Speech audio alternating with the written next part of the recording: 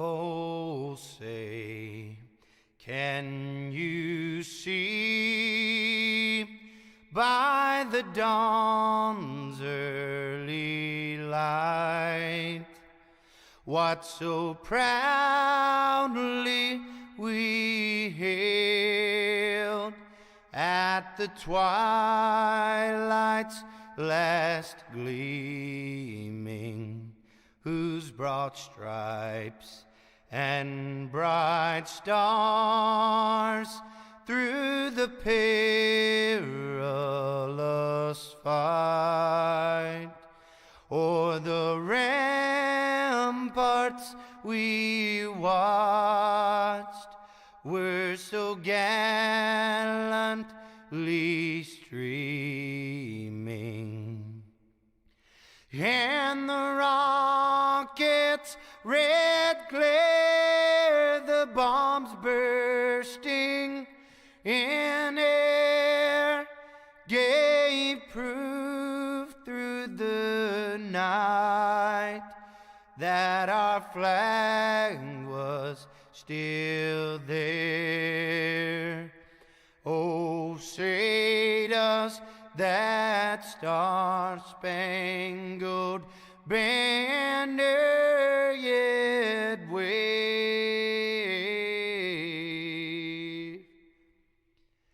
o'er the land of the free and the home of the brave?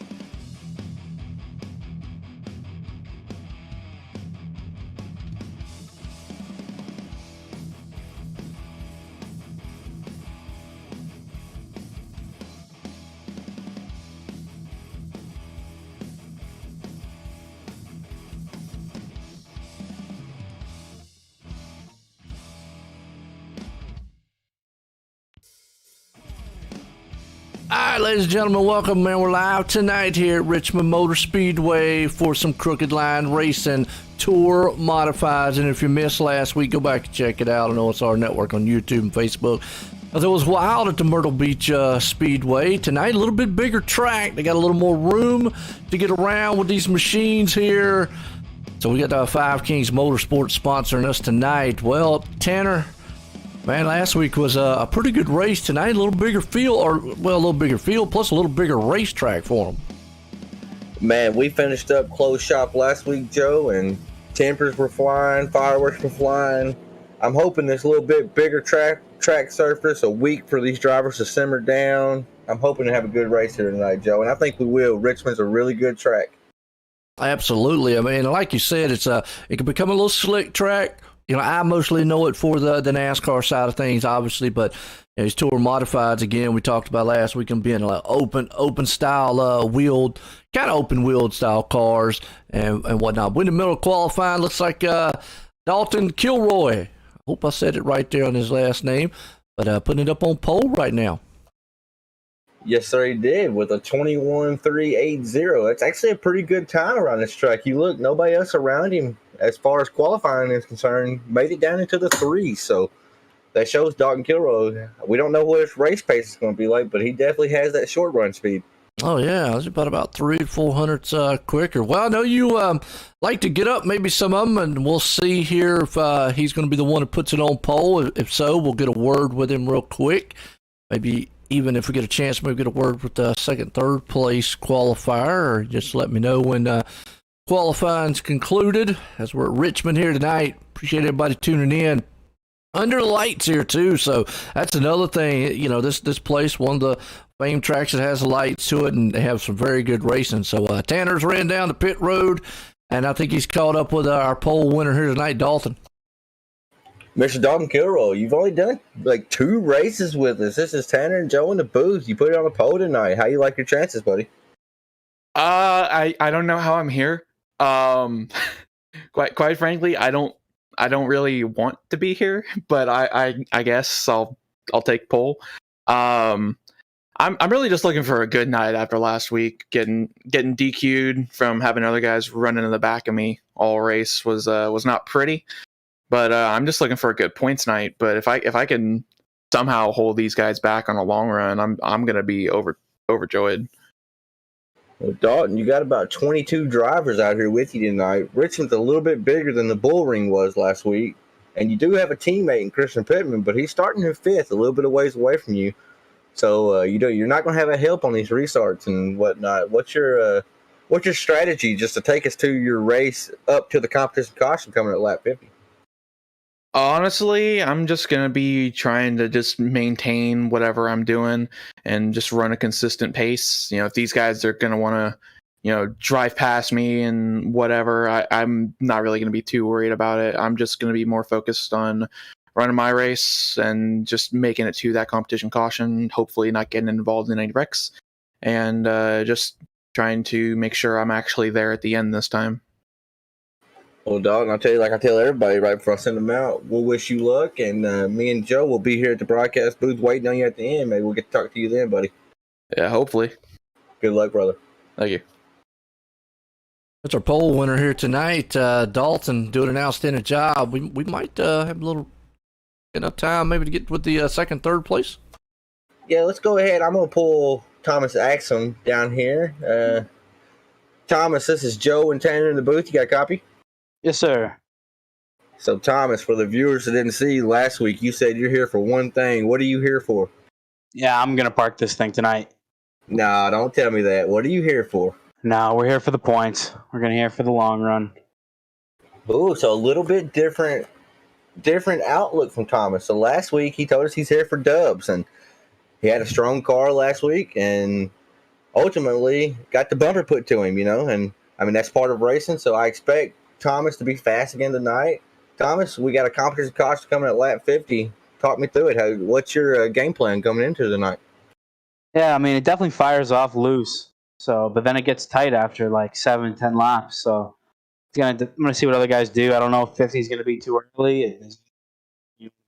Even when you're on fresh tires, sometimes that track position just is worth way more than 4 fresh tires. So, just gonna really see how it is. Lap 30 to 40, gonna make the decision.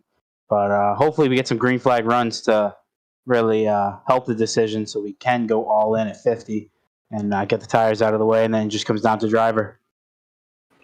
Thomas, I'm hopeful with having live race control and stuff, that bigger track. I'm hoping that it's a little bit cleaner tonight than the way it was last week. And I mean, the bull ring, that's a small track, tough track with over 20 drivers on it. Everybody fighting for real estate. So I expect tonight to be a little bit cleaner. How about yourself? Yeah, it should be a little bit cleaner. Should be able to spread out a little bit more. Just shouldn't be attacking anything until no one should be pushing anyone until 25 at least, because it's 125. That's still 100 laps to go with a competition caution. We're really racing to lap 50 here, so hopefully everyone just has their head on straight and we can get some long runs in here. Well, Thomas, I know you're surrounded by some fast people, but you put that number 13 machine P2 on the board. You finished P2 last week. I know you're looking for the win. You want points, but you get the most points when you win them things, baby. So I'll tell you, like I told Dalton, I'll wish you good luck, and me and Joe will be in the broadcast booth and maybe be here talking to you at the end, buddy. Good luck. Thank you, sir. Quick shout out to Peter Bernier, Bernier's Liquor, Studio 10 Reps. Right on. There you go. Check them out. Thank you. No problem. Again, yeah, There we go, Tanner. Not bad for Axiom starting up front. I mean, you can't beat it. And we got Joe the Show. So it's I'm surrounded by two Joes right now, Mr. White, and then we got Mr. Burchett. Joe Burchett, this is Tanner and Joe in the booth. You got a copy? Yes, sir. So, Joe, maybe the OSR network viewers, they might not know, but you came in late last season, and anytime you showed up on the track, you won. So, I mean, you're batting 1,000 right now, Joe. You put that thing on in third. You had the fastest practice lap out of everybody. What's your outlook tonight? How you expecting tonight to turn out for you? We're just hoping for a good solid top 5. We've got a few fast guys in here tonight that are looking like they're on kill. A few of them, I've raced a few different other leagues, so we kind of know how each other race. But our goal tonight is just kind of get in, kind of ride, get solid, and see if we can get a good points night out. I missed last week. I am planning on running for points for this season, so we're gonna try to hunker down and make up the points that we missed from last week. Right on. I mean, I dubbed you the nickname Joe the Show because no matter where you showed up, you always showed out up front, and I have no doubt you will be up front at some point tonight. You're starting third on the board. Competition caution coming at lap 50, Joe. I'll tell you, like I told the other two, we're going to wish you luck, and maybe we'll be here at the end talking to you. Yeah, 2-4, man. All right, Mr. Joe, I'm going to relay down to my race control admins, Joshua Sexton and Scotty Stevens, that we're good to get this show on the road if you're good. Sounds good to me. I tell you what, like you say, under the lights tonight here, Richmond, Five Kings Motorsports about to get it done for us here at Crooked Line. Racing series here for the Tour Modifieds. Last week was an interesting one at the beach. Tonight we go towards the mountainside as we're getting set here under the lights. Richmond here. Fellas, it's about race time. Joe, you always say that you're the most comfortable and familiar with the NASCAR side of things. I tell you what, Joe, you put me in a NASCAR, Xfinity, or truck, you put me at Richmond, I feel at home. I love this track, Joe. I love it. It can be a good track, then it can be a daunting one. Like I said, it can be kind of slick there at times. Over the course of a run, if you get going, you're going to get single file. Really hard place to pass. When it comes to, like I said, we're talking about the NASCAR, I'm going to say it's going to be a hard place to pass just by looking at some of the lap times, too, in the qualifying. They were very, very close. So it's going to be hard pressed unless you see some unusual pit stops or something for somebody to come flying through the field. But these guys are gridding it up here tonight. Like I say, Dalton Kilroy, he puts it on top. Let's start us out. A lot wider track than what they had last week. Last week, the biggest issue they ran into was, braking and so forth and so on with the, different guys had braking points, entrance points in the turns. Tonight's more of a, you'll use the brake maybe a little bit, but a lot of it might just be pretty much momentum based. Yeah, I think when we built this set, there's a group of us that came out here and we built the set, Joe, and none of us were using a brake. It's real heavy on momentum tonight, and you're going to see them drivers. Some of them's going to drive it down to that yellow line and turn 1 and 2 and 3 and 4. Other drivers are going to elect to kind of go up about a groove, and get that straight launch off so they get the most maximum speed down the front stretch and the back stretch. And now the front stretch is not actually straight, but it's a fast portion of the track, and you can make some passes there if you get on to the inside of somebody. Give me 1 second.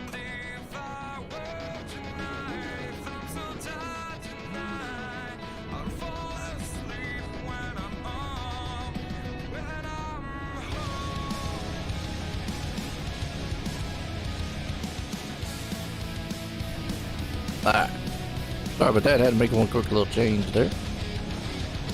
It's all right. We're all excited still. We're ready to rock and roll, ready for this Ford Mustang, Joe, to take off so these guys can show us what they got here tonight. Hey, you talk about the Axiom last week. We talked about the bump and run. I mean, it's all short tracks. Last week's really, really a short track. Tonight, yes, I consider Richmond a short track. Now, it is under a mile. I know we have this conversation all the time on a lot of the NASCAR side of things.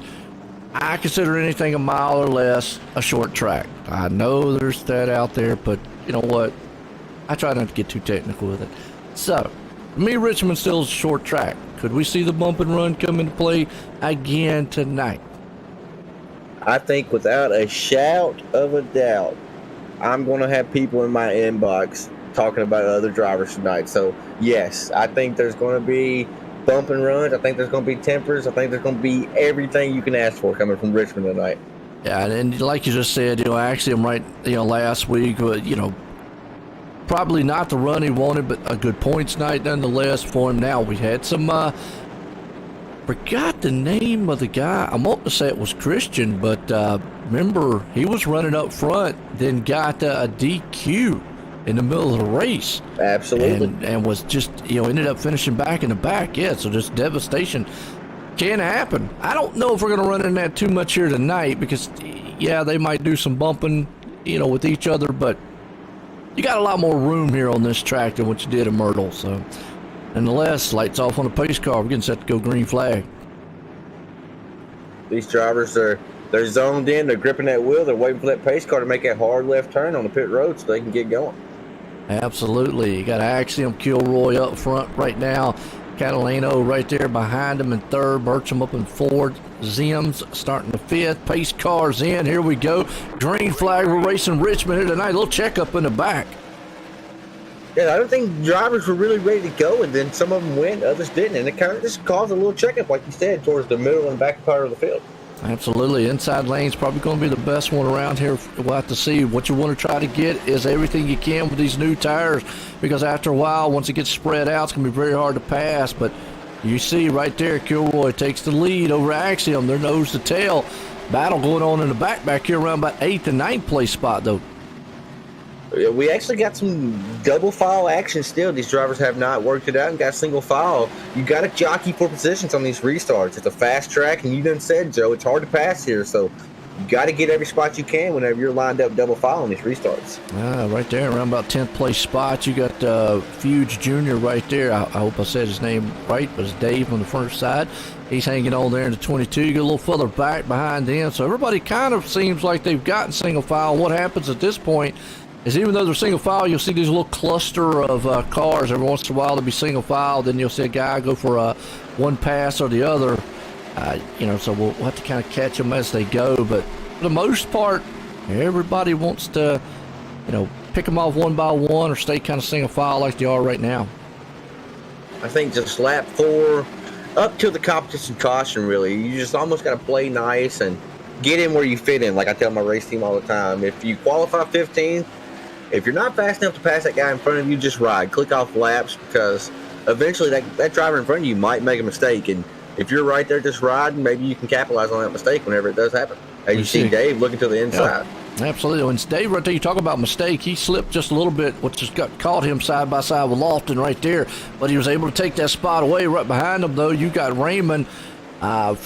Very quite sure on that last name there. Yeah, we'll say Raymond.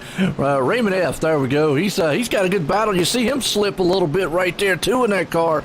So what I'm seeing already, I talked about at the beginning of the race, guys getting a little bit tail happy, and those cars just hiccuping there. You got tight going to the turn. That left the front door open. Here it comes. Looks like it'll be a Lofton on the inside of it. 3 wide behind him. Oh boy, 3 wide at Richmond. That'll never work out, but they found a way to make it work, and the drivers have sorted it out. They're single file, but with double file action happening right out their windshield. Yeah, a lot of great action here about the 13, 14 place spot. A lot of it's going on. In the meantime, it's still Kilroy out front, but right there you got Raymond. You see right behind him Brown and company. And then Matt Z, I'm going to just say Z and leave it at that one. That one is sitting at 17th. He's got a good battle going on. What we're seeing develop here, Joe, we're starting to see those clusters. Like, hey, we got Frank Barbary climbing the wall. You got to be careful with the suspension on these rides. They're all open wheel. You got all them major components right there. And you get up in the wall like that, you can destroy some stuff really fast. Oh, absolutely. And he slammed the outside wall right there real hard. Luckily able to keep it on. You see there, we're just riding along with Johnson, and Johnson almost lost the tail end of that car. The already slick conditions out here. I said it before. And the biggest thing with these cars too is as opposed to, let's say, like we talked about with the NASCAR style car, where the rear end or you can get a push. With these are planted so much. Yeah, you can get the rear end loose because obviously they can throttle, but you get what they call a four-wheel slide, and to me that's a harder thing to deal with than anything, and that's just something that kind of like Indy cars and kind of open wheel cars are common too, is where the car just, the whole thing just wants to slide on you. You're exactly right. And there's never one moment in these corners where you feel like that right rear is doing all the work, like you will in, say, the NASCAR. You get on the throttle, the car kind of rotates. On this one, like you said, you enter this corner, and it feels like the whole car is sliding. And initially, like what you said, I mean, it's a four-wheel slide.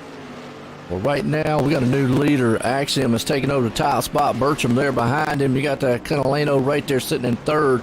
And Kilroy, unfortunately, is falling back to fourth, so maybe used up a little bit of tire, that looseness there. Some guys are better on loose style setup. Some are better on a tighter setup. Some just, just got to feel it out. Right now, Thomas said he just wants the points, but I know he'd love to have a win, too. I'm seeing back throughout the pack, Joe, I've seen another driver get into the wall. So that's telling me these drivers, even though it's early in the race, they're on that ragged edge and they're pushing as far as they can, and sometimes they ask too much out of the car and they get up into that wall. Absolutely. Right here is around about the 9th place spot, 10th place. They got a good battle. That's Fuge Jr. right there with Dean, and you got Ringer. He's hoping he doesn't ring that thing in the wall right now, but still side by side, everybody goes single file. I always worry about Richmond, like we just almost saw right there with the 4 in that black car. I'm not able to see the number in front of him, but he went up to clear himself, and if there's not a whole lot of room there, if that driver don't give and take with you, you might clear yourself into a bumper, and then next thing you know, you're looking at the sands.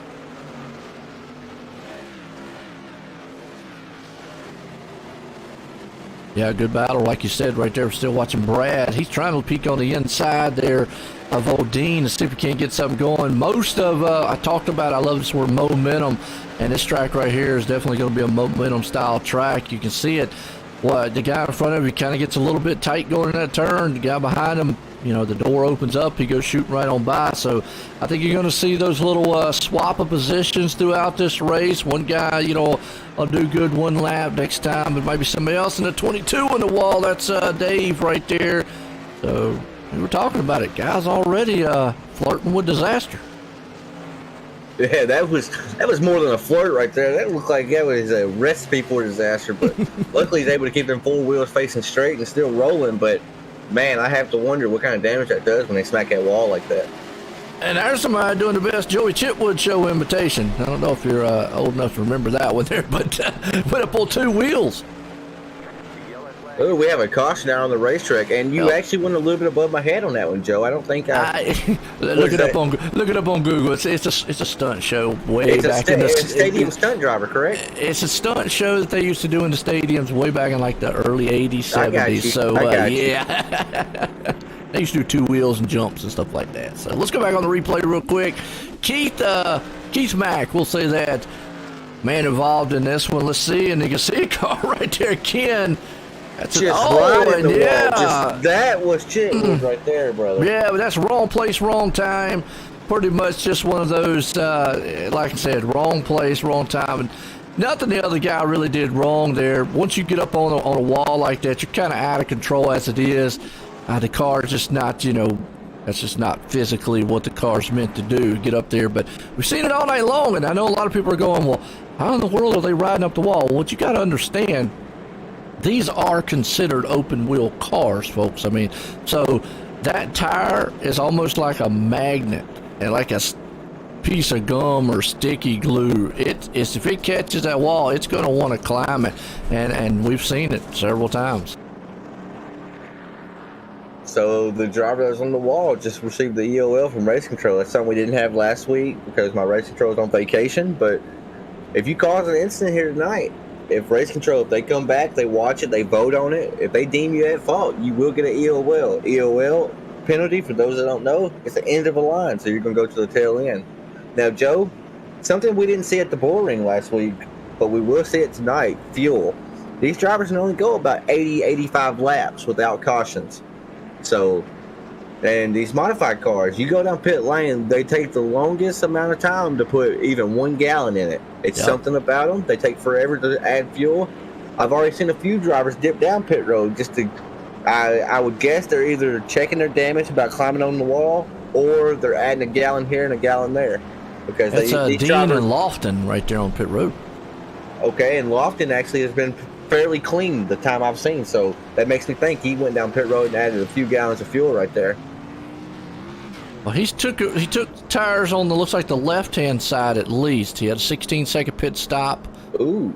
18-second pit stop, so he was able to out Dean with a 16-second pit stop. So they did take, I know I caught Lofton there at the end. I don't know about Dean if he took tires or not, but I know Lofton at least took left side. And we saw that last week, and I know I was asking because obviously I'm used to 13, 14, 15-second 4 tire stops, but like what you mentioned earlier, these cars take a lot longer, 40, 45 seconds, which is actually in the lines of GT3 style cars. So if anybody knows anything about road racing, GT3 car, to get tires and fuel in it, it takes about 45, 50 seconds or so, sometimes up to a minute to get it completely done, which it's kind of unusual, Tanner. You would think, because NASCAR next year is supposed to be going to a single lug, and you would think that a single lug, which is what's kind of on a GT3, a Indy car, and I'm not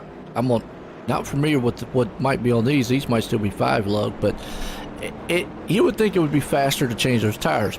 But what I found out was the fuel delivery system is where they lose a lot of their time on those cars. So. Learn a lot about tech. Said that's crazy to think about too, because like you just said that word right there, tech. Those GT3 cars and these next gen NASCARs, they're so more technology advanced, So you think there'd be a remedy to fix that problem, but it's an old school problem. They don't have a new school fix yet. Yeah, and the biggest fuel delivery is we can set to go back green flags. In the NASCAR, obviously you got your guy with a tank. They use gravity to go. The other one uses kind of a push and pull system. I don't know. You have to look it up. But green flag, we're back racing. Axiom takes the top spot back again. Catalino right there second. Burcham, they're 3 almost. Thought about 4 wide. They're back about 3rd place spot. Yeah, further back in the field there, Christian Pittman keyed up on the mic. He was not happy about that restart. I wasn't able to catch what happened, but me either. Temper's already flaring on lap 24 at Richmond. Well, that's short track racing. You got Zeems right here in the 4th place spot. He's going to go duking it out side by side with Burcham. Let's see if he can't take it over. That's going to be for 3rd and 4th. They're still going door to door again. On the restarts here, tires a little bit cold. iRacing implemented those dynamic track conditions, and they redid the model on the tires. Not sure, do y'all have the new tire model here on the Tour Modifieds like they do on some of the other series and cars? Sadly, we do. Okay, well, all right. Well, with that said, I know, one, you got to be very easy with these things, just like real cars. Tire pressures are low. You got to build them up. You got to get the heat back in the tires a little bit, so it's going to be a little slick on the start. So even though you might have fresh tires, if you put some on, you still got to be careful, and you still can lose control of these cars on the start. As you can see right now, that looks like Dalton Collins right there. He was tearing up the back bumper of Zeems. He's going to try to look on the inside. Yes, so I'm not sure about the contact between Dalton Collins and Ken Zeems on his outside there. They make slight contact.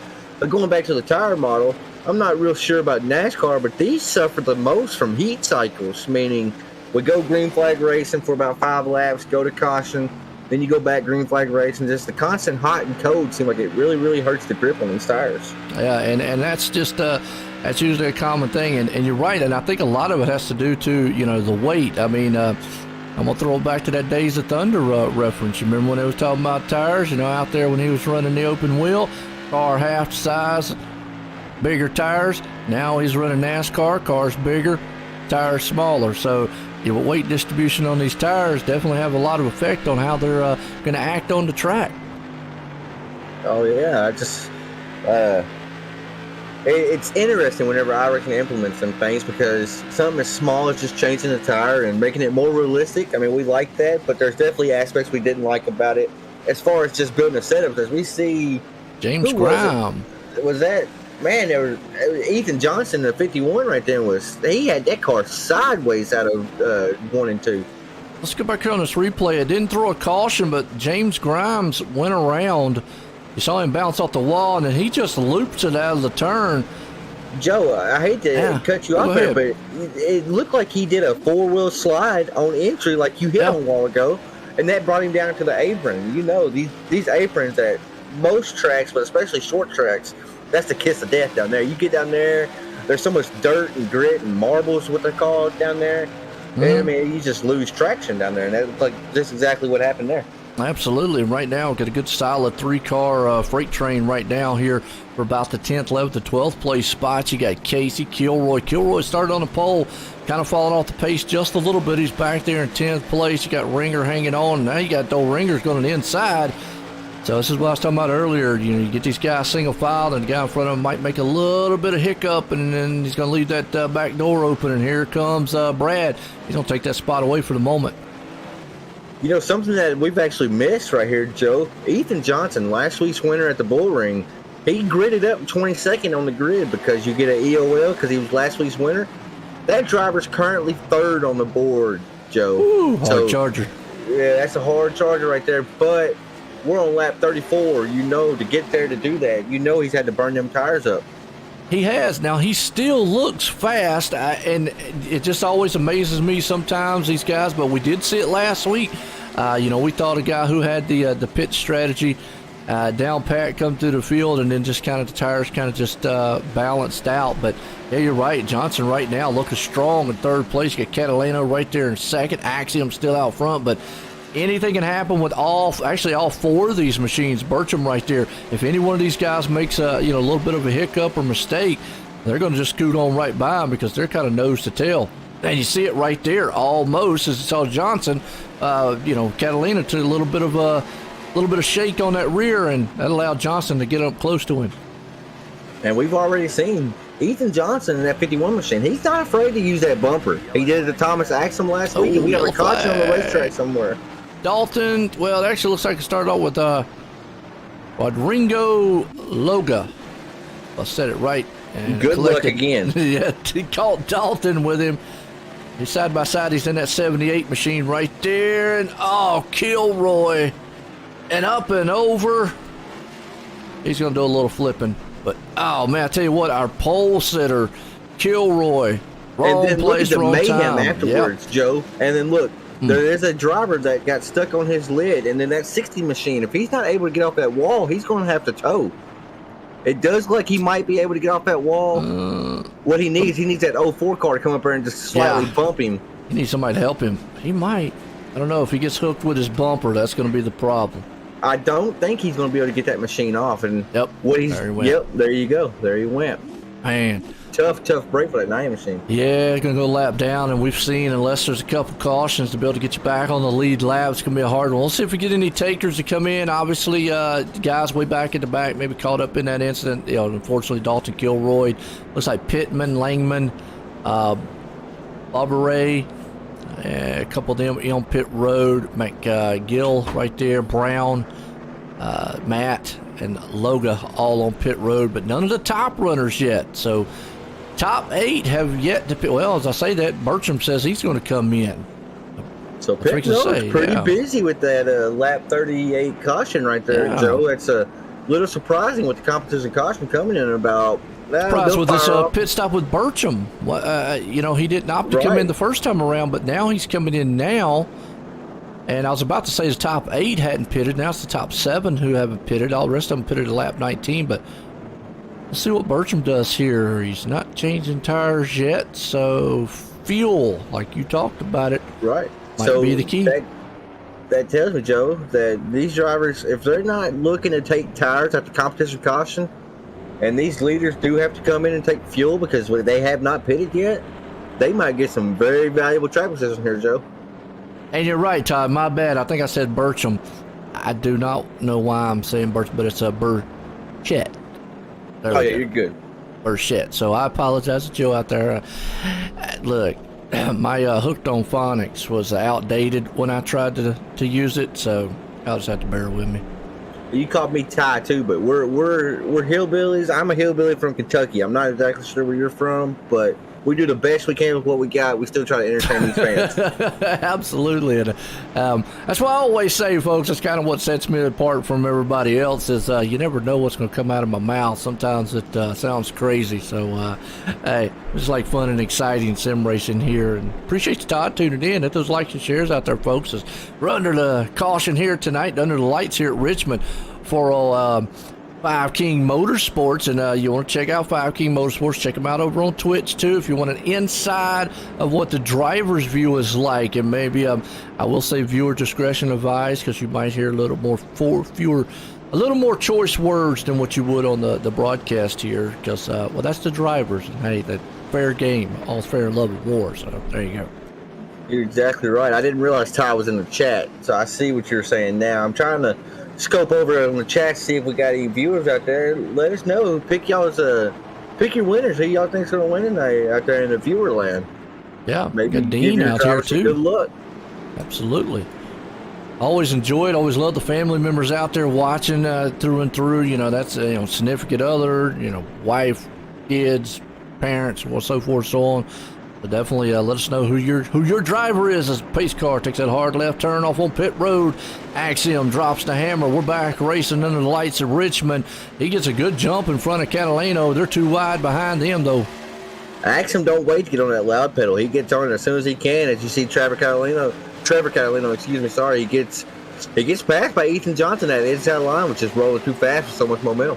Got to give a shout out here. Dalton Collins actually, storming back to the front right there, up in fifth. Remember, he was way, falling off the pace back in the back, but now he's back up to fifth. So good restart, good bounce back for him. You got Dave right here battling with the 22, or excuse me, that's Dave in the 22 battling it out there for around about the 7th place spot. They're 2 by 2 behind them.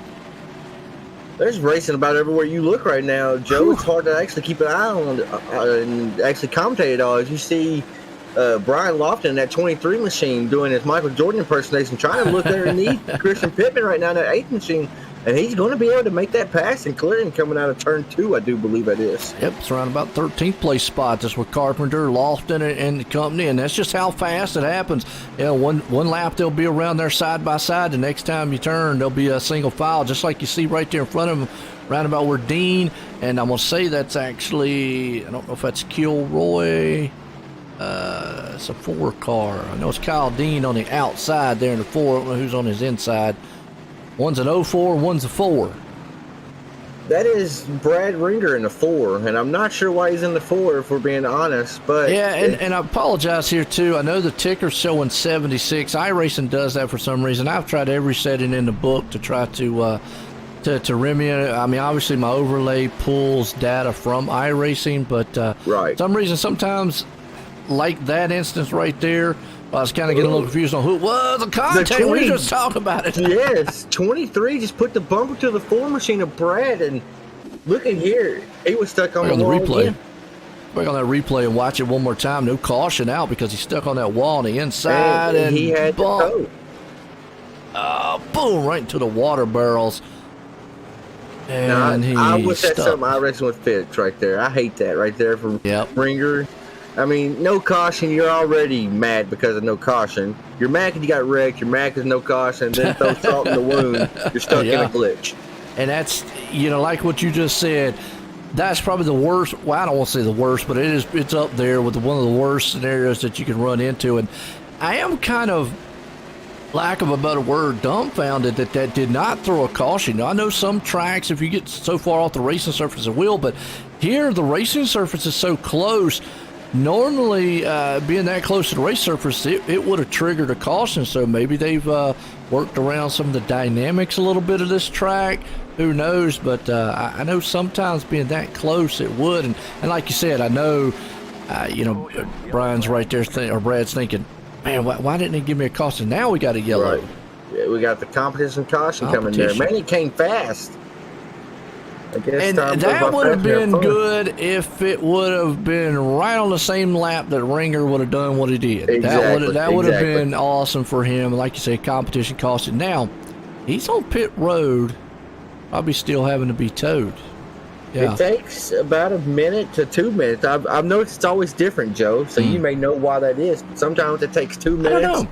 I always thought maybe it's the distance from pit road, but shoot, he wasn't that far from pit road. He was on the I'm gonna barrels. throw it out. I'm gonna throw it out because I'm a Ford guy, so maybe they got the virtual Chevy tow machine is slower. Oh, if it was a Chevy, they'd get out there that much faster. Now, you need to- I'm a Chevy I guy. had to throw that out there, but but it is interesting you bring that up because it's different parts of the track, and obviously here's the bad thing: where he towed, he hadn't crossed the start-finish line, so he would have probably had to do a full-on lap Right. around. It would, in normal, let's say if this was real, in the real world, where he would have they would have just pulled him straight into pit road. iRacing probably is bringing him out of pit road all the way back around the racetrack and back down pit road instead of instantly picking him up at the end and putting him there. On the virtual side. So that's probably why it's taking so long. Now, if he would have, let's say, wrecked in turn 4, or I should say turn 3, or on the back stretch, probably wouldn't took as long for him to get to pit road. That's my only guess to it is iRacing triggered it to where he's got to go all the way around the track all the way with around the tow. to pick him up. Right. And that makes sense. And, I just seen Brad Ringer Klein is manually disconnected. And what that means is he left the race. So, I feel him. I know Frustration. Right. He was frustrated because he got wrecked. And then no caution came out. And then lo and behold, he's stuck in the water barrel. But, man, look, competition caution. Now, pit road was open. And these top 5, I know for sure, did not elect to go down pit road. Top 6 there. Like you say, Raymond would be the last one. Did not pit. The last one would be Dalton Kilroy. It pitted at lap 37. So the only one, you got Matt Z back there on pit road. Let's see who did pit. Raymond, Nicholas Casey, Kyle Dean, Dave Furge, all pitted at lap 51. The only takers, but yeah, I'm kind of curious. Maybe tire wear isn't as crucial here with these cars as I'm thinking. I'm just worried about the fuel, though, Joe. This set was built to go about 80 green flag laps. Now, granted, we've had cautions, but if we had enough cautions to make it where you can stretch those gallons out, I don't know. Yeah, and another thing you got to look at, the guys that did pit, like Dalton and Christian, they put fuel in those cars, which obviously, Dalton only had a 6-second pit stop, so that's what he did, is kind of splash and go. But with guys like that, putting, fuel in, they can go a lot longer. Who knows if they're going to have to, obviously top off again before the end of this race. But with Thomas and them not doing or haven't pitted yet, we know they're almost going to have to get at least a half a tank, to go the rest of the way, which is time on the track. And with them doing 51-second lap times, and as long as it takes to put fuel in this car, you're going to be in danger going a lap down, especially with it bunched up. You're basically banking on a late race caution. That's what I'm thinking at this point. The green flag stop would hurt. Oh, it's going to kill you. A 21-second lap when they're up to speed is going to kill you. Yep. The way I always tell people in drivers meeting, I remind them. I let them know. I said, guys, you new guys that don't race with us very much, I don't know if you need fuel. I don't never tell them everything. I just say I don't know if you need fuel, but these cars do take forever to fuel. So if you want to come in and get it in increments, that's best bet. Because then you're not going to lose a lot of position sitting on pit road. But It worked wonders for Kilroy. They're not worried. Thomas Axum, he fires off strong here once again. He's not worried about fuel right now. He's worried about leading this race. Yes, it is. And he's out front. He gets a good jump here on the restart. You got Catalano right there battling with Johnson. They're going to go side by side. So let's see if the pit stops pay off. Actually, Pittman, it does. Remember, he came in. He jumps up to the 6th place spot. He's right there, kind of lone behind him. Behind him, though, you got Kilroy and Lofton are going to go door to door. A little sideways for the 41. Oh, that was Lofton and the 41 of Kilroy. We were just talking about it. No caution because they went down there through the infield, but Tough just break. like that. Yeah, wow. So we noticed that I'm pretty blown away by this. Ken Zeems was one of them drivers we saw get stuck with his bumper on pit road earlier, and he was able to tow that machine. Didn't lose a lap because they went under caution, And look where he's at right now. He's currently 4th on the board. That's, sometimes I've always said it's better to be lucky than good, and we gotta. Yeah. It makes me think it wasn't him, but I know for a fact it was him. So, Yeah. but like in my mind, it makes me second guess. So I'm not sure unless there's a car out here that looks exactly like him with number 90. But I'm almost positive he was on the wall stuff. Hey, to tell you what, like I said, luck's on his side tonight. If it was, Catalano takes the lead. He powers by Axiom up front. As Johnson's right there sitting in 3rd place, and you talk about Zeems right there patiently hanging on in the 4th place spot. Collins up there in the 5th as we go back here around about the 13th place spot. Got a good side-by-side battle with the 22 machine here. That's Dave, and it looks to his outside. They're going to get together. Not what you want to do, and hard in the wall. Oh, Thomas Axiom likes to see that. I was keeping up with the battle up front. It was heating up, and Ethan Johnson gave Thomas Axiom another shove coming into turn 3 right then, Joe. And I want to give you a little flashback to last week. Ethan Johnson basically wrecked Thomas Axiom for the win late in the race. Yeah. So that's a storyline to watch right there. Axiom, he's not the driver to get pushed around too many times. No, I mean, he sounded pretty, toned down during the interview there and whatnot. But yeah, like you said, when they get behind the wheel, it's a different animal. A lot of these guys change and so forth, so on. But we'll have to see. It's short track racing. If I'm Johnson, I would keep that in the back of my mind. Now, if I'm not mistaken, I think Johnson said, Axiom owes him. But yes, he did. Right now, Johnson's got the upper hand because he's behind him. You're exactly right. I mean, he gave him a shove getting into turn 3, but the way the caution fell, Johnson was actually making the pass on Axiom. And the way the caution fell, the scoring timing loops like they are in real life, it actually picked up the 13 machine being in front of the 51 machine of Johnson. And so still no pit stops. Just still top runners no pit stops. Yeah, they have to know something we don't. I think with these cautions, they're running like a Sim Labs or something like that, some type of app, and I think they know they're good on fuel. I'm trying to listen to see if they got the car shut off. Axiom for sure had his car shut off last caution, just saving fuel, but I don't know if he is now. I can't tell exactly. It's hard to tell. And I'm can't. They don't have RPM on these, but you can. Trying to see. I don't have. It's so far down you can't see it. It's actually in a really dumb spot. Yeah, normally like on in my other cars, I can see if they're pedaling, and then I also see if my dashboard thing here in the corner would tell me anything, and it doesn't. It just tells me the mile per hour. So, and like you said, unless you listen to the sound, I don't have the car sounds on right now to hear them. But yeah, you're right. That is a strategy a lot of guys do, and amazingly enough, I have seen some guys do some things that I'm like, I don't know how they did it. I don't know how they pulled it off. Right. But they're able to save a lot of fuel. So talking about shutting the car off and turning the car back on, so you can do that with your I and S button on your keyboard. But if you want to get set up like a real race car, you can head over to our buddies over at FB's Button Box. What it is, you get a box that has, so the one that he sent me for free it has 32 functions on it, and it looks like something that you see in a real race car. It has a toggle switch for the ignition and toggle switch for the starter. So when I'm wanting to save fuel, I reach over there, it's mounted to my desk, I just flip that switch down like what I would do in my real life car. So, and you're right. I mean, I've got a button box here with the rig I'm sitting in right now, and like you said, it's got a push start button on it, toggle switches and all that stuff. Right. So and that's what a lot of these drivers use. And we talk about sim racing in a whole. And, it's come a long way. I mean, back in the day when I first, obviously I remember back in 94 when Papyrus came out. You aged yourself with Chitwood, I know you were there back then. I can take it further back to the pole position, but really, if we want to take it back to the true NASCAR or the sim, I'm going to say it really started around Papyrus days of 94. The Indy 500 day or so forth and so on. But it's come such a long way from what it was. I mean, the equipment out there, the realistic and stuff. So that was considered sim racing back then. I thought sim racing basically like in the form that we have it right now, being like realistic physics and stuff like that, Joe. Well, Papyrus is actually what iRacing is built off of. Right. I always heard Papyrus. that came from NASCAR 2003. Correct me if I'm wrong. I think what's the name of it is Trevor Catalano gets a great jump. Yeah.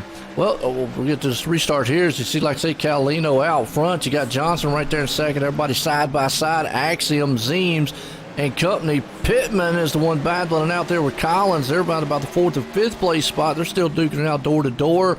Battle for the lead. Here comes Johnson and up on Catalina. He started 22nd, and he is currently, I think he's going to be able to clear Catalino right here as they go into turn 1, and he does. He makes a bold move coming up in front of that driver, and man, oh man, if that driver comes from 22nd to 1st, now that he has clean air out in front of him, it makes me wonder how fast is he really going to be now.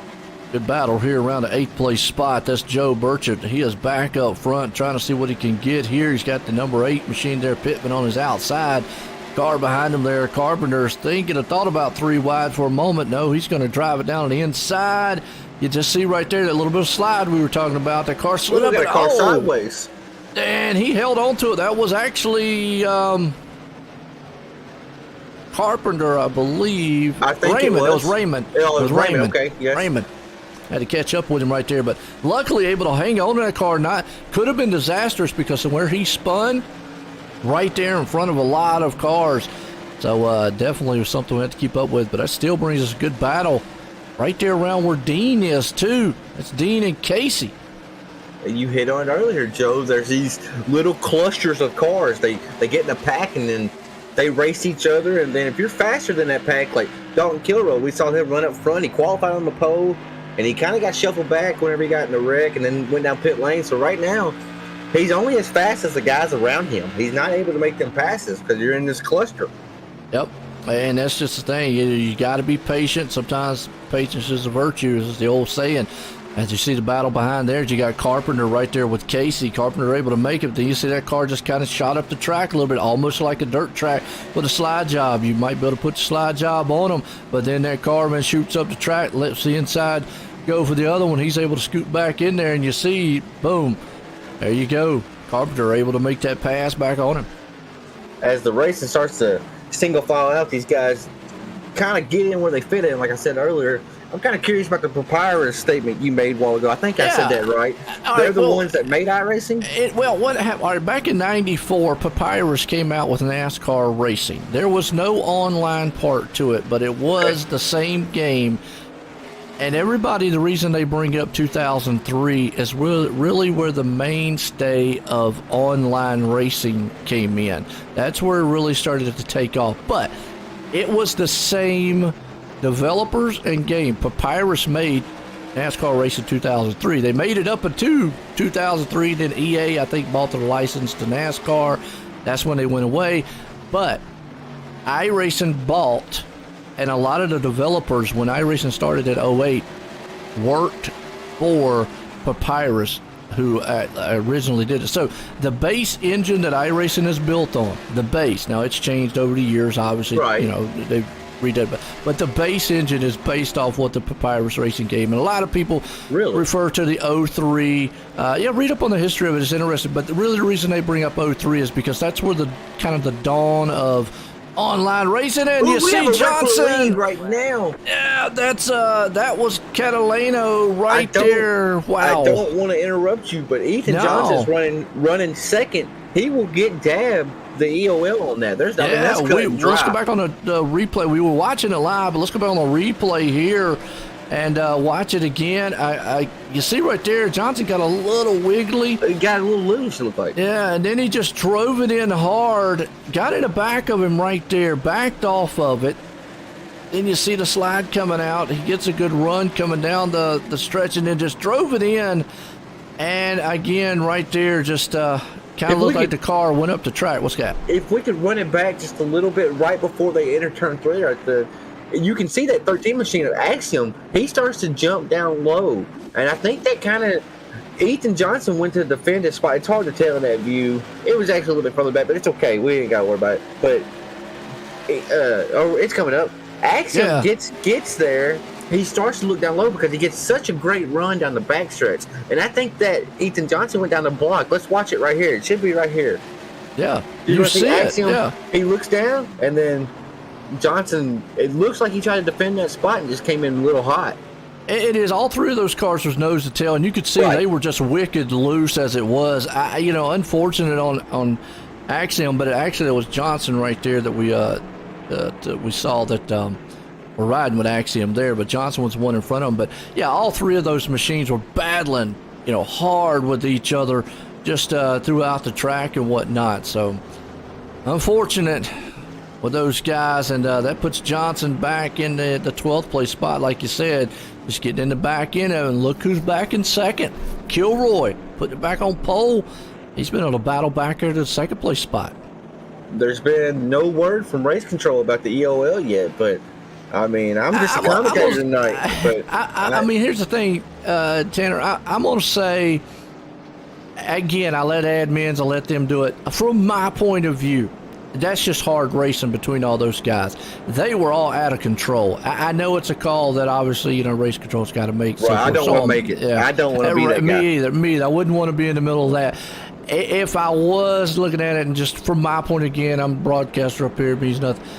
And that was just a lot of hard racing, short track. You saw those guys pretty much close to spinning each other out as it was. They were all loose. They were all bad. And the leader, who knows, he could have had to check up a little bit, that allowed Johnson to get that little bit of run on the inside because they all were just kind of out of shape. A lot of variables there, but again, my point of view, just looked like some hard race, exciting for us to watch. But exactly, we'll let race control handle what they got. What they got to do, and I'm not going to deal with the drivers. I'll be totally honest. The first season that we put this series on, I fought against the EOL rule. We went the whole season without it. The drivers actually wanted it. The majority of drivers wanted the EOL rule, but I hate that rule because a situation like that, you get first, second, and third racing hard. That guy in second and third has to be so scared to make a move because if you do make a mistake, and like we just saw, Ethan got into the leader. Ethan goes from second place, Joe, to the very back of the pack, and that's just tough. I mean, there's something that's interesting. You bring that up, and I know we're about set to go back to green, so I probably won't get it all out, but I've seen something that's interesting. And the one way I like dealing with the EOL rule is there's a league that I do that every league has their own thing, but they if let's say like in a situation like that with Johnson, they let the driver say whether or not claim it, and if they claim it, they give them the EOL right then. Okay. If they don't, then at the end of the race, they have a committee that goes back and watches it. And if they deem it was his fault, he loses valuable points. And when I say points, it's like 20, 30 points, which could be crucial in a championship run. And then if it keeps on, it could be like suspensions and so forth. So on. I really like that. I like that because it lets the drivers police a little bit on their own and bring up their own things. We're under yellow, so it's like Frank Barr. Honestly, Joe, I'm so glad you told me that. I've never thought about that for whatever reason. And I even said the first season, I said, I hate the EOL rule. I want the drivers to police the drivers. Yeah. And that's what I want to get the admins out of it. But, we got a caution on the racetrack. Yeah, Frank right there, just kind of a little bumped in the back right there, went around. And, again, since we're on the caution here and we're talking about it, again, folks, it's just my opinions on it. I bring things up that I see from time to time. I really like it because a lot of their races do go clean. Now, I do, if I'm not mistaken, if anything under 10 laps, when it's 10 laps to go, if I'm trying to get this right, I'd have to go back and read the rule book again. If the leader or if a person causes a wreck to take the win, like runs them up and does not claim it, they can get the win taken away from them and win the race. So to me, it has worked because they have a lot of races that go flag to flag, a lot. Because, again, you brought up that. It makes the second place guy really scared to want to get up and race the guy hard. Because in these cars, it's a little different from a NASCAR machine. You bump a little bit and these here, they tend to slide a lot more, and usually when you get a little bit bump, they're going to go around. So, I I like it. So we go back to the Johnson deal there. You know, he went on the inside. If he felt like that there was that was his thing, there's nothing else he could have done, he could say, well, yeah, it's my fault. You know, call up, say it's my fault.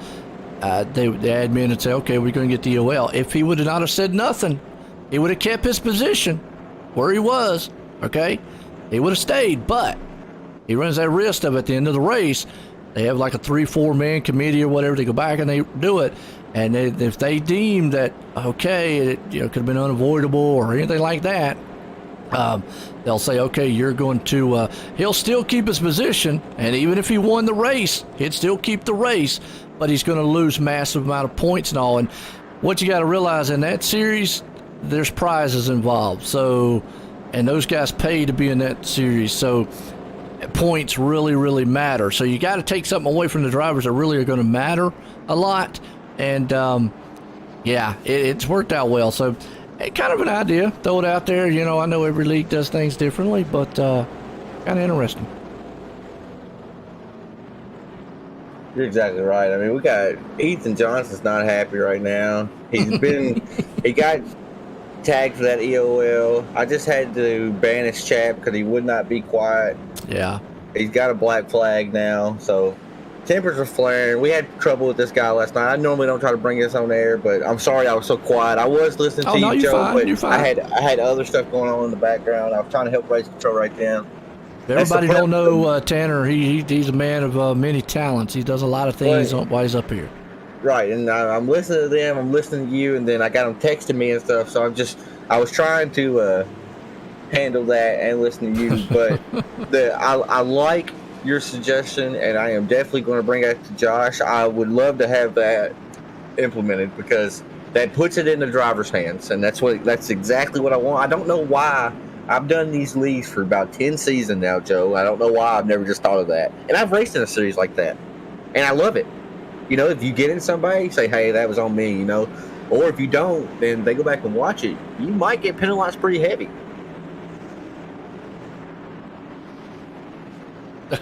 I hear you, Alex. All right, well, Pittman, now the man out front. Kilroy there in second. Casey sitting in third. Pace cars in. We're going back green under the lights in Richmond. Five Kings Motorsports here tonight, sponsoring this one. Look out, here comes Axiom still back up there. He is still battling. He's back up down to fourth. Looking on the inside, the track's take some more spot.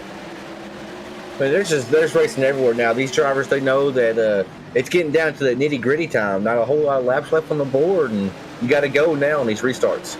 Yes, you do. Right there, the second place man, Kilroy, still hanging on to it. Here comes Axiom. Now, I'm trying to look. Axiom actually is on probably a newer set of tires, not 4 tires because he only had a 23-second pit stop, but he did pit at lap 76. That's why he's looking so much faster than the field. We saw this last week, and he's close enough to take that lead, so this might be the game plan and the gamble that Axiom needs to get up here and win this race tonight. And as you see, I mean, he is in the bird's eye seat. You see Kilroy make that pass for the lead, and he's going to bring Axiom with him. So, man, this is getting hot and heavy up front here. Pole sitter tonight here. Kilroy takes the lead on the inside there. Here comes Axiom up to second. You see a car coming out of pit road. Not quite sure which one it is, but he's going to be on probably a little fresher tires also, so he's going to try to see if he can't get his lap back. That is Ethan Johnson from being, he went a lap down right then, so he came out in a good spot right here, Joe, to try to get his lap back if he's able to get in front of that leader, have a caution come out, but then slight contact between him and Christian Pittman. Yeah, and that's going to cause a mayhem. Oh, I see that way big wreck in the back. You see you get a guy out there that's hot-headed and gets out there and creates contact with some leaders, and then that's what happens there. It is, and it's a case of it's a double-edged sword, really. Like what you just said exactly there. Right. I mean, he's trying to battle to get back on that lead lap. He's already frustrated. He gets right there on the outside. He drove it down a little bit. Looks like that inside car kind of pushed some. They got together, and then the 4 didn't see it. Maybe his spotter did not tell him. Trying to see.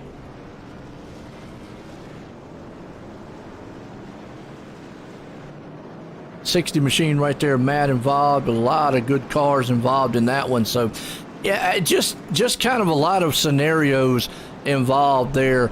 that brought that up, and kind of looked like the Ford machine, his spotter didn't tell him in time, or probably told him, hey, you're clear, and just kind of mistimed or misjudged going up the track. And unfortunately, the other car on the outside was still there. But we got pit stops. Catalano, Zeems, Raymond, and Dean all on pit road right now.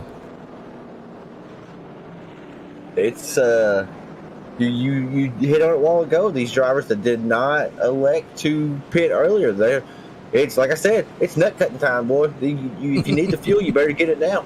And Kilroy pitted on lap 37. He put fuel in only, so he's still running on the same set of tires.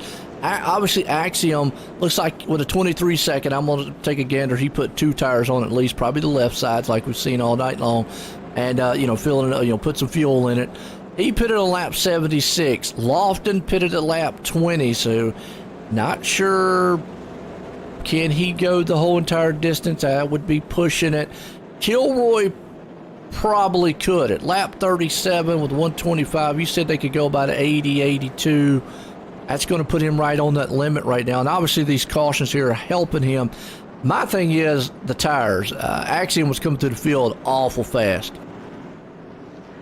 Did Axiom take his tires, Joe?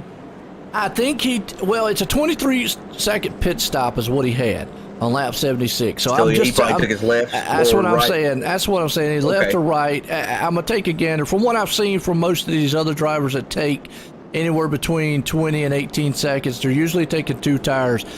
A couple guys out here that are in the 30-second bracket, I will say that's pushing it closer maybe to the 4. Still, again, like what you said before, it might still not be. But, it's kind of odd. We talk about 4 tires. We didn't see too many 4-tire stops last week. Most of the guys just 2-tire stops. And, coming into Richmond tonight, a little bit bigger track than the Bull Ring, I honestly figured we would see more 4-tire stops. So last week they couldn't really do it. If you're far back in the pack, if you go into pit, say 15, 16, 17, you may not have time to take 4 tires without going a lap down, But Richmond, a little bit bigger track, takes about 50 seconds to pace around here under caution. I mean, you have time to put on 4s, but we're seeing a lot of drivers elect not to do it. Yeah, it is, and it's working out for him too. Again, that left side's holding strong. We've seen it work for Axiom here. We'll see what he does on this restart. Can Kilroy get that jump that he needs? It looks like the lights might go off on the pace car. Getting set to go back green flag here. Under lights at Richmond. 5 King Motorsports here tonight for Crooked Line Racing. Tour Modifieds. If you love open wheel style machines, definitely want to give a shout out to a lot of the other sponsors out there. Bud Kicker. And, probably Jeff McConey's setup, because when I see these cars, I really associate that with Jeff. Jeff came on board on the broadcast with me last year, so I actually watched him when he LLC'd and started Jeff McConey, McConey's setup shop. So he was in the booth with me at the time all last year of 2020. So good guy, done a lot of great things, has really gotten big. And, again, started with these Tour Modified style, open wheel style cars. He's from Stanford Speedway, kind of sponsored theirs. Pace cars in. Here we go. Kilroy gets a good jump out. Axiom's got trouble with a Lofton on the inside. Let's see if that's what actually Kilroy needs. Yes, he wants to see the driver start battling in his mirror. That's going to allow him to get a little bit of comfortable room between him and that second and third place driver, and that's what you want here at these short tracks. Yes, it is. Got a cluster of machines around about the 8th and 9th place spot. That's Zeems, Carpenter, Barbaret, Mack back there along with it. Go a little further on back behind him. They're 3 wide almost right there. You saw one car. He said, I got to get out of here. That's just not a place I want to be. That's Lofton, Frank. I'm impressed with Lofton here tonight. He actually qualified 13th. Didn't put down a great qualifying lap. But he's a really fast racer. I mean, we raced with him last night. He was really clean, really, really good out there on the track in the super late models and these Tour Modifieds. And he's raced his way up in the top 3 here. He's battling Axiom on his inside right now, but still a strong showing nonetheless. Yep, Axiom's able to take the spot away, and Lofton drops back there at the 3rd. Like I said, good showing, good drop up here. Battle around about where Brown and Zeems is. As you see Carpenter there, so we've got these little clusters still going on around here. Joe Burchett, excuse me. I don't know why I'm wanting to say Burcham. I apologize, but Burchett right there in the 10th place spot. Well, I tell you what, they I don't know if it's the spotter telling them clear too early, and they just are almost looks like they're clipping that nose of the guy right there on the outside, or they're trying to pass. Right. That's what I was talking about earlier. There was a lot of aggressive moves when drivers think they're clear, but they're not necessarily clear. And I think it is. I think it's a spotter issue.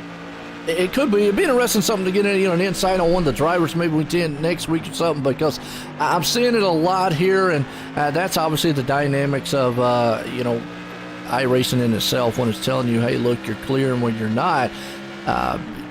So if the spotter tells you you're clear, instinct of a driver is, hey, look, I'm going to go up there. Right. But if that driver's still on your outside, you're going to get tagged. Even if you run triple monitors, now if you run VR, you can kind of turn your head and look, Joe, but even if you're running triple monitors, you're in a cocoon. Yes, you are. Yep, absolutely. A good battle here around about 13th place. You got Brown, who falls back a little bit. Pittman's trying to see if he can't pull back to the front. You got Jason Raymond there. Catalano, he's in the mix. They're going to go door to door, side by side. I say door to door. It's actually bar to bar, but still side by side. So used to doors. Right. Oh, little check up in the front. Yeah. I think they're going to keep the machines rolling, though, but that was man, that could have been mayhem right there. Frank is around in the back, along with Keith. We got a big one happening. Not sure if they're going to get started up. And you see, this looks like the 26. Not Ethan Johnson, but that's Frank. Well, he is smoking. His night's probably done. Luckily, we stayed green right there, but let's flip back on the replay, see exactly what maybe happened. Transpired back here. It was Frank, Keith, and Matt who all got involved. I think Frank was just wrong place, wrong time. Yep, boom. Right there, just nowhere to go. Tried to go low. And this place, it's something we don't talk about too much when it comes to short tracks. I don't know if he's going to make it. I think it's awful. It might bring out a caution. I don't know how he didn't get a caution, but if he can maintain his speed, looks like he is going to make it on. I think he might be able to make it. That's a tough break for Frank Barbary, though, in that 29 machine. Yeah, and now this is something we don't talk a lot about, too, when we come to short track racing, is self-cleaning tracks. As you see back here behind him, let's go back here and see who that is. That's actually around with Collins and the 95, XS Collins, and the 23 of Lawton. They got a little hooked up back there. It was going side by side. But we don't hear a lot of self-cleaning tracks when it comes to short track racing. But Richmond kind of is. It does have a slight banking to it. So they're, when they go up the track, they can. When I say self-cleaning, that means the cars come back down the track. A lot of tracks that you would think they would go back or go down, they don't. They go back up. Like Daytona comes to my mind. Always blows me away that is not a self-cleaning track. Cars tend to go back up the track as high as those banks are, but somebody told me it all to do with physics. So, and that's one area that is out of my reach. Oh, and more contact up front with the 55 and the 54 machine. Ed Brown around here. Let's see if he's able to get it going quick enough. I tell you what, I'm going to use a big word, the algorithm here of iRacing throwing cautions, because normally with just that stop right there would have, but let's go back on the replay real quick and see what maybe happened to Ed here. Yeah, again, just a car inside, kind of come up the track, and I'm gonna say that's got to do with just that spotter. Now we're under caution. I think it's for Raymond. Up here to Raymond. I was watching a replay of the other one. We sit back there in the back. There was Ed. And then Raymond, yeah, he just lost it. And zoomed it around.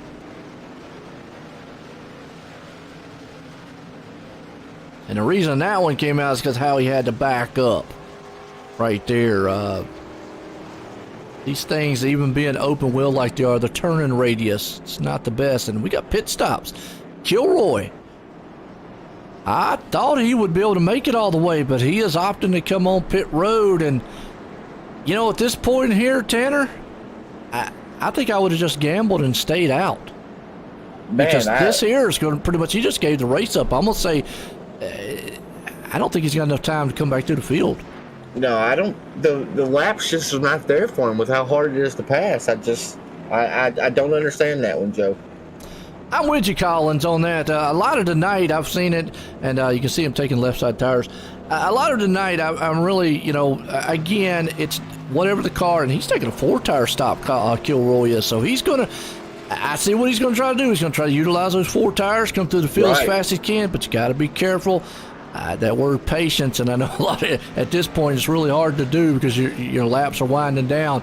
But I see what he's going to try to do. He's going to try to come through the field as fast as he can, utilize the new tires. But yeah, you're right, Collins out there. Colin, I'm with you. A lot of tonight has kind of puzzled me a little bit on why the cautions didn't fly for my racing. Again, it's all to do with their parameters and so forth, and certain cars too. Maybe with this car, how they have it set up is different than what some of the NASCAR ones have, because I'm so used to seeing the NASCAR cars on this track. I would say that usually when they spin off a turn like that, it usually triggers the caution. So it might be just this car, the reason it's not. But you're right. It's just unfortunate for a lot of these drivers. And Tanner, we've seen it where probably it should have triggered a caution and would have saved some of these drivers who just spun. But without it triggering that caution, a lot of these guys tonight have had to use, let's say the other caution, so to speak, to try to maybe make it back through the field. Right, but I don't know about it. I don't see the time being there. Yeah. I don't claim to know all the stuff that iRacing knows. I let them deal with that side of it. But Axiom looking strong. Remember, he pitted at lap 76. Now Collins right behind him pitted at lap 76, so they're pretty much even. Lofton is the one that pitted at lap 20. I got to question, does he have enough, even with all these cautions, to make it to the end? He's going to have to stretch that thing over 100 laps. Now, with the cautions, that might bring down about 10 laps. So let's just hypothetically math it out and say he's still probably got a solid 90 laps. He's got to push that thing. You're exactly right. And look here, we're going to go back green. We're going to have about 10 laps remaining here. This is going to be a shootout.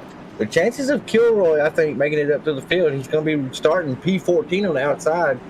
Joe, I don't see that paying off unless, I mean, he's going to have to pick off a few people and maybe have a caution come out, because we're going to see these clusters even in this little 10-lap shootout. And you got to pick off them clusters one by one. And that's the thing. He needs, as we go back green, he needs to go single file real quick. He needs, like you just said, one or two things. He needs to go single file.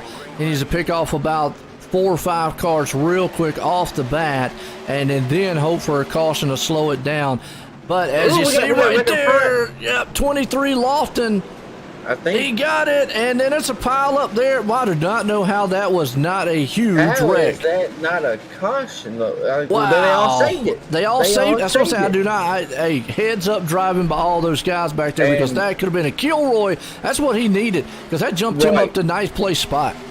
And Christian Pittman got saved by the bell basically right then. If the caution would have came out, that would have been deemed on him. And EOL this late in the game, this late in the race, that would be something hard that you can't really climb back from. But Thomas Axum up front here, I'm watching him.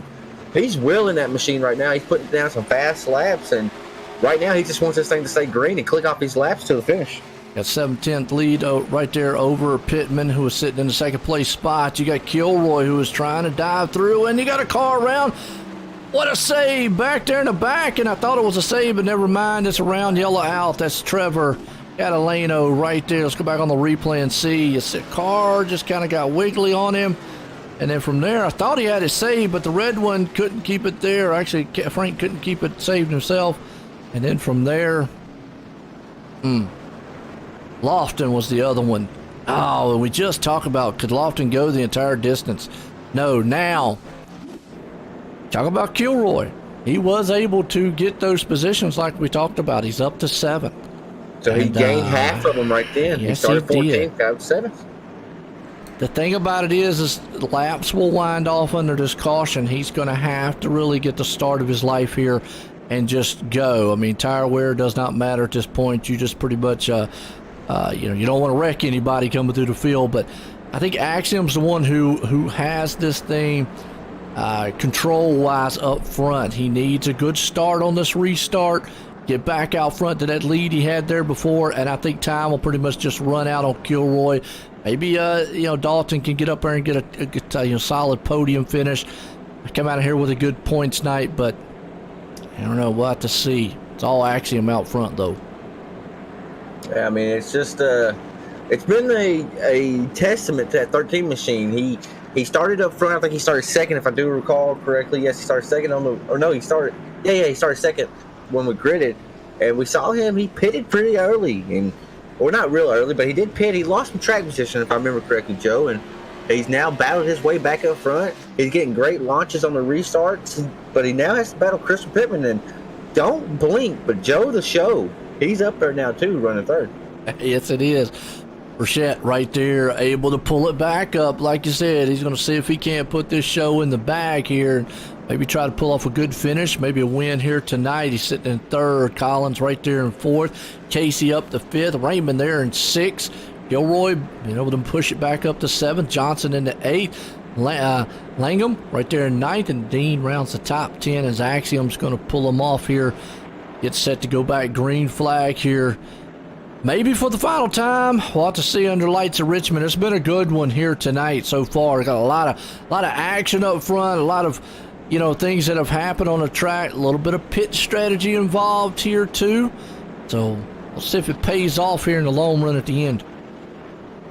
Man, there's been many happenings tonight. We've seen a lot of, like you said, strategy. We've seen tempers, and we're not done yet. We're going to have a little shootout here for the end. It might be green-white checker. I'm not sure. Have the lights went off on the pace car? The lights are still on, so we're going to go back racing with about be on lap like 124, I do believe, Joe. Yeah, and you bring that up. I don't think I've ever asked. Do they have the green-white checkered here? Yes, sir. So we're going to offer the drivers 3 attempts, and like on that third attempt, if they take the green flag and a caution comes out, that's it. Whoever's leading is the winner then. But yeah, we do give them 3 attempts for a green-white checker to get this thing finished.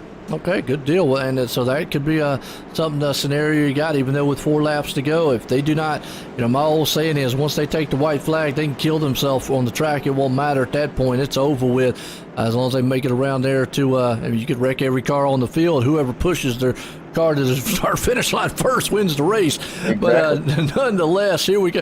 You know what? That would be something if every car on the track wrecked on the last lap. What do you do? How do you get it? Ricky Bobby it or something? You get out and run across the how would that work? Because if you had to tow them or something, anyways, it would be that would be a wild phenomenon if that would actually happen. I think you'd have to only have maybe 4 or 5 cars racing. I got a story on that whenever we get done here. I hope I remember it.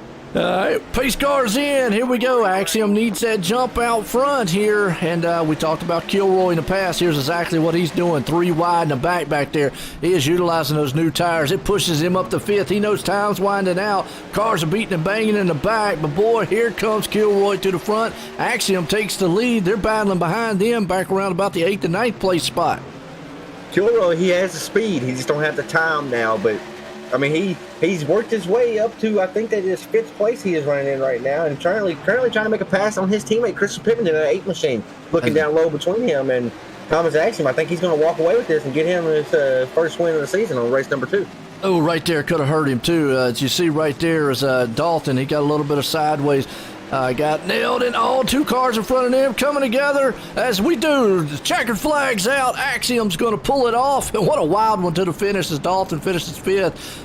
Burchett comes in 2nd. Pittman right there in 3rd. But what a wild one to the finish as Collins hangs on to the 4th place spot. But that man right there, Thomas Axiom, got that jump he needed, stayed out front. Yes, what sir. A wild and a crazy finish to this one. So he said last week when we interviewed him, he finished 2nd after leading the race, getting dumped by Ethan, or bumped and run, we'll call it. He saved the car. He said last week he was here only for dubs. That's all he wanted. But then tonight when we interviewed him, he said he was here for points. Well, tonight, not only did he get points, he got the dub as well as he burns it down. Yep, burning it down. Well, we'll get a talk with the top 3 guys. What you got? Quick story real quick. At my local track, Nashville Fairgrounds, it's actually on iRacing. They had a little 7-lap or 7-car pure stock race, like a street stock race, correct? Coming around to the last lap, the top 3 guys were battling, and they wrecked, correct? Wow. The other guys piled into them. So you got the 7 cars that started the Dash for Cash race. They're all wrecked in turn 3. And I've never in my life seen, it was 3 of the 7 got their cars untangled, and this lasted, Joe, for a good 45 seconds to a minute before they actually got to start finish line. That's crazy. But they raced it out, and them boys, they earned that victory tonight. And that's what you're talking about. What if everybody wrecks, you know? Absolutely. And that's the wild ones right there. Some good stories to hear. Right. But, I'll never forget that. But I'll work on getting our drivers in here to see what Pittman, they think. Third place man, yeah. Get old Christian Pittman up here. Sorry, I'm having technical difficulty. My Discord just closed out. All right, let's get Christian Pittman up here. Maybe technical with him earlier too with Discord for some reason. It wouldn't load up. I don't know what. So Pete behind the curtain, it's actually done it twice to me this race. It's kicked me out twice. Crazy. So Christian Pittman, this is Mr. Joe White and Tanner Martin. The Pooch, you got a copy? Yeah, I got you guys. So you brought it home. You ended up bringing it home third, podium finish. You were battling with Dalton. Both Daltons actually there towards the end of the race. You came in here, you qualified 5th. You kind of fell back a little bit. If I'm not mistaken, I think you got caught up in some mid-race shenanigans. Talk me through your race, though. Yeah, we started the race before that first caution came out. We were running about 6, and me and Dalton, my teammate, we had a strategy that we were going to come in and top off and be good to the end, and then hopefully as the race would carry on, we'd cycle out to the front. And it took a long time, and we cycled to the front, and then I was leading, and I let Dalton go. And then Thomas got back by me, and then Ethan, he came out of the pits a lap down, and I tried to pass him, and he door banged me. And then I ended up getting Kyle Dean and causing a wreck for a lap car in the way, go figure. But anyway, besides the point of that, we had a long race, and then a lot of bumping and banging tonight. So on that last lap, I was running behind Dalton for 3rd, and I just gave him the bumper and moved him out of the way, and it was a good race. It was a lot of beating and banging tonight, that was for sure. Yeah, it was, but I mean, it was still a good race. We had some cautions, but you guys up front, y'all put on a show. Everybody had race-winning pace in the top 5, and that's a great show when you're up in the booth. I don't know about being out there on the track, but it was fun calling it, Kristen. Before we send you back over to your race team, we've been here for a little bit. Hey, you got any sponsors or shout-outs you want to throw out there before we send you back? Yeah, I'd like to thank my grandparents as always, my dad and my girlfriend, 5 Kings Motorsports, of course. MF Racing Designs for all the slick paints we have. McConey Setup Shop, of course, for supplying all of our paints. The Butt Kicker, of course, finally got me one of those last night, so I'm really excited to get one of those. Savage Edge, and then last thing I was going to throw out there was got a couple of people that have been running me over, and I'm going to take note. That's all I really have. Well, there you go. There's a frustrated driver, but he did bring it home P3 in that 5 Kings Motorsports number 8 machine. Christian Pittman, thank you, and we'll see you next week, brother. Thank y'all for broadcasting.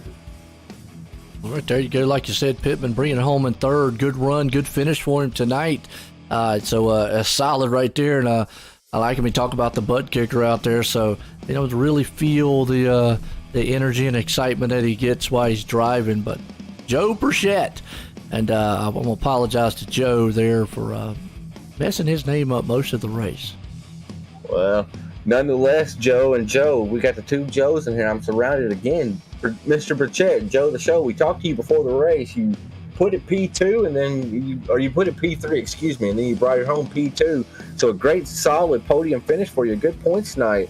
Coming into the night, was you thinking you was going to be as strong as you was tonight? We felt early that we could contend, possibly for the win.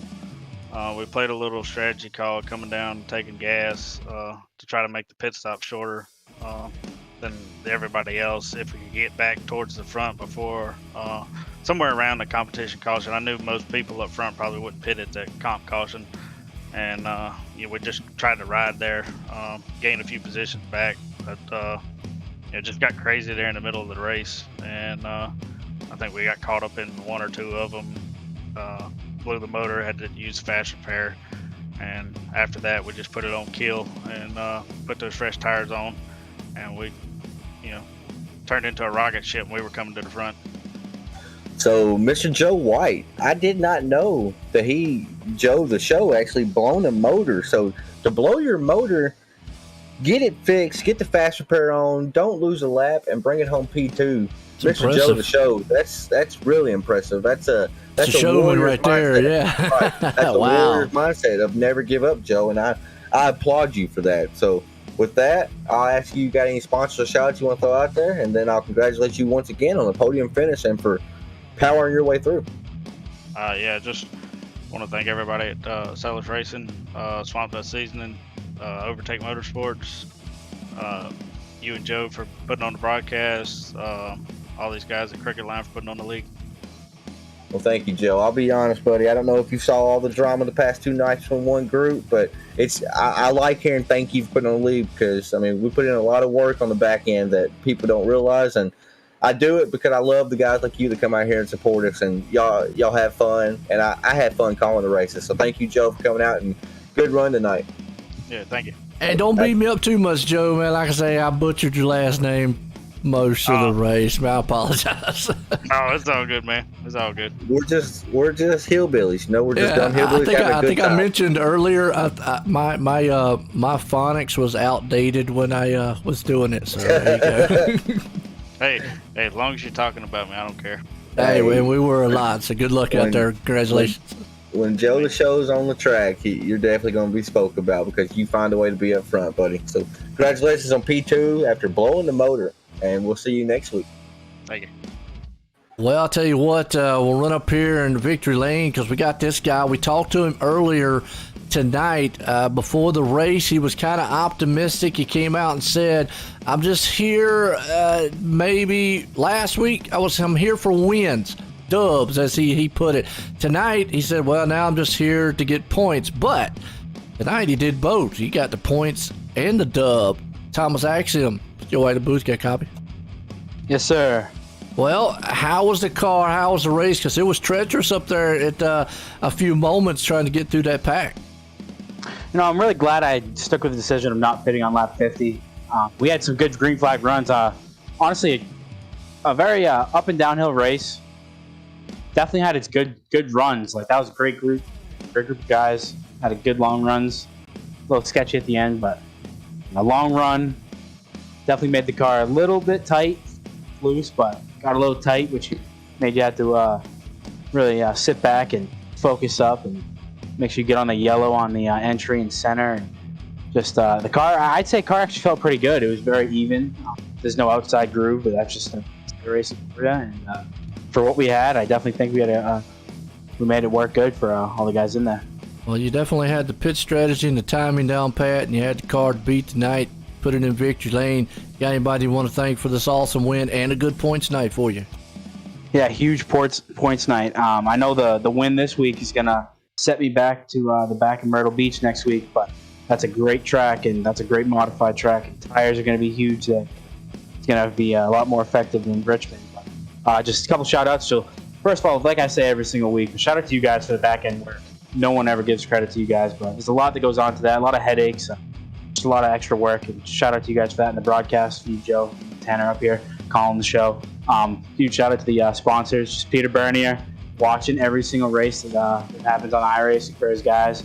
The Ryan Kuhn Motorsports team is very strong, and we do a bunch of different series, and we come out, we win them, and we go for the championships. Shout out to my car wrap, RS Center, Studio 10 Designs, my mom and my grandparents for watching it, and just again, you guys. Well, as always, like I said, good finish, good run, put it in victory lane. Like I said, gonna have to start a little bit, tougher challenge next week, starting from the back. But if it's anything like this week, it's good to see you. You probably be up front for you. Will we know it? As always, again, congratulations on that win tonight. Thank you guys. See you next week. Well, Tanner, I tell you what a race it was here at Richmond. These guys pulled off a good one and some good strategy. We saw pit strategy. We saw some tempers, like you say, out there. Some great racing. Then at the end of it, though, Axiom pulling it off here. And now we go to an even shorter track. And I think we were at the Bull Ring last week. And I don't know why I was saying Myrtle Beach, but we go to Myrtle Beach next week. So, yeah, I didn't know if you said Myrtle Beach or not. I don't know. I know there's a lot of action tonight. I know we are going to Myrtle Beach next week, so you were just ahead of the game is all you was. Well, and if you compare the tracks are not that much different. I mean, they're really not. Myrtle Beach is going to be a tough race, and it's going to be tough for Thomas starting to back at Myrtle Beach. I'm not sure if you're super familiar with Myrtle Beach or not, but man, it's a tough track. Well, like you just said, it's been a tough one so far, but obviously a good points night again for Axiom. These guys here at the Crooked Line Racing League for the Five Kings Motorsports. Five Kings Motorsports. My bad. I don't know why I went brain dead for a second. Well, we've been here for an hour and a half. You're doing great. Five King Motorsports there, folks. Tour Modifieds.